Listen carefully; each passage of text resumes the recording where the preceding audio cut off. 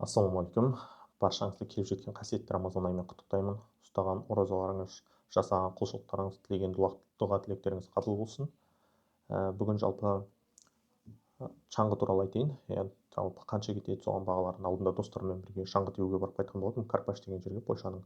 Жалпы ондай қатты танымал емес, орта қал жері. Осы жанында 3-4 үлкен қалалар бар. Енді үлкен, миллионға жақынырақ. Солардың бәрі сол жерге барады, адамдардың бәрі. Бағалар енді салыстырып өтейін бірден. Енді Қазақстанда мен өзім шаңғы теуге барып көрмегенмін.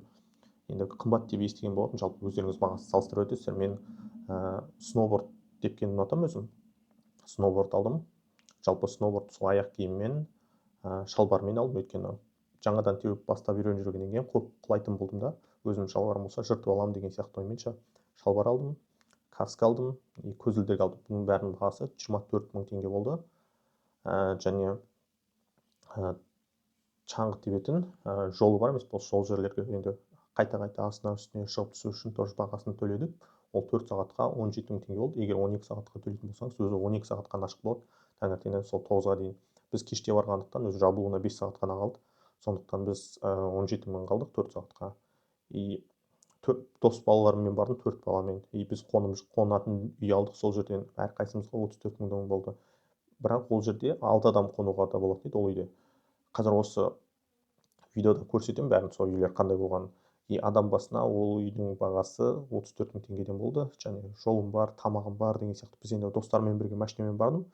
Бірақ ол сол бензиніне ғана ақша төлемді, кішкене арзанырақ болды. Сондықтан барлығының бағасы мысалы бір күнге 85 мың кетті.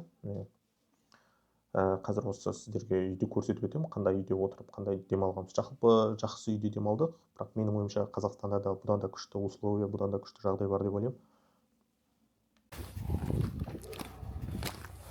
Бүгін демалған жеріміз. Мына жерде апартаменттер, бөлмелер, 2-3 адам, 4 адам деген. Міне 4 үй бар. Біз 4-шісінде болдық. Машинамен келдік, мына жерге машина қоюға болады. Обзор көрсетіп жүрейін. Мына жерде бассейн бар. Жалпы жазда суға түскенге жақсы екен. Ағалары.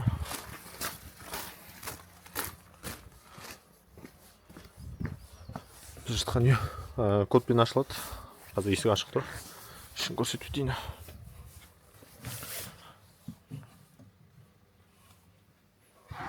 Мен жатқан бөлме. Жалпы кішкене шашылып жатыр енді. Светін өшіріп кетейік. Мына жақта қазір светін жағып көрсетейін. Мынау кіреберіс. Кіреберістің тоғы. Мына жерде айна бар. Мынау саунасы. Сауна негізі бір адамға ғана арналған. Бір айтқан. 2 адам болады негізі. Бірақ әрең сияды 2 адам шы. Жалпы бірақ жақсы болады. Сол кіреберіс отыратын жағы.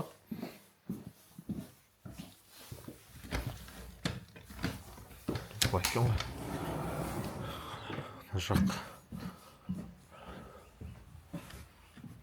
Сол бір күнге 4 адам басына 34 мыңнан алды. Егер 6 адам болып келсеңіздер, тіпті арзанырақ болады да мұндай жерде. Жалпы Қазақстанда бұдан күшті жағдай жасалған деп ойлаймын. Іште диван бар. Үстіңгі жағын шығып көрсетейін сіздерге. Үстіңгі жағы. Мына жерде тағы диван бар. Жарық. Жарық ашып қойсады. Диван, телевизор. Негізі бұл диван менің ойымша жатқызуға болады. Төсек болады. Мына жерде 2 адам жатуына болады. Үстіңгі жақтағы бөлме. Кішкентай бөлме, шағын. Осындай.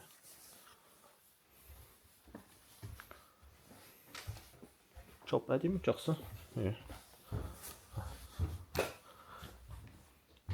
Сіздерге тағы қазір апартамент жақтағы бассейнін егер ашық болса, сосын тағы саунасы барды далада жағындағы жеке, соларын көрсетіп өтейін. Мына жақта отыратын жер бар екен, андай көретінші. Отырып, мына жақты көруге болады жалпы. Сосын жылы суға. Іште суға түсуге болады.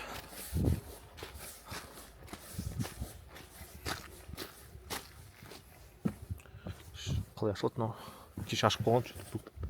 қазір жабық тұр. Ашылмайды. Жайды ашпай ақ қойды. Ішінде жылы су бір сөз айтқанда. Мына жерде саунасы бар. Саунасын көрсетейін сіздерге. Жалпы мына үй былай кішкентай көрінеді ғой, бірақ ішінде бөлме деген көп екен. Жаңа аралап көргем, ішіне кіріп ше.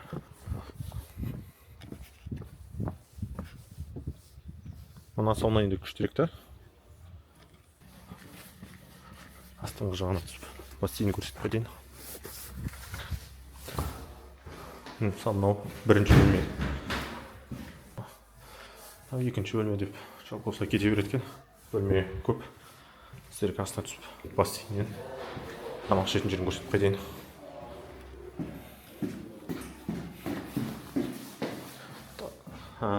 Тамақ сағат 11-ге дейін. Қазір 11 болды деймін. Балалар ойнайтын бөлме. Мына жақ тамақ ішетін жер.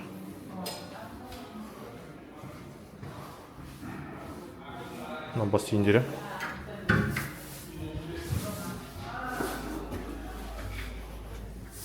Бассейнге түсе алмадым, уақыт болмады, бір күнге ғана келгенбіз жалпы. Жылы күшті болып тұр екен. Бүгін шаңға сынауды келген. Енді соны үш трасса бар. Мына жақ қатты үлкен емес, мына жақ жеңілірек трасса. Ортаншысы, мынау қатты дүзел трассасы. 9-ға дейін ашық екен. Жай келіп қалдық. Егер таңертең келген болса, ар жақта тағы биігі бар да. Ол 3:30-ға дейін істейді.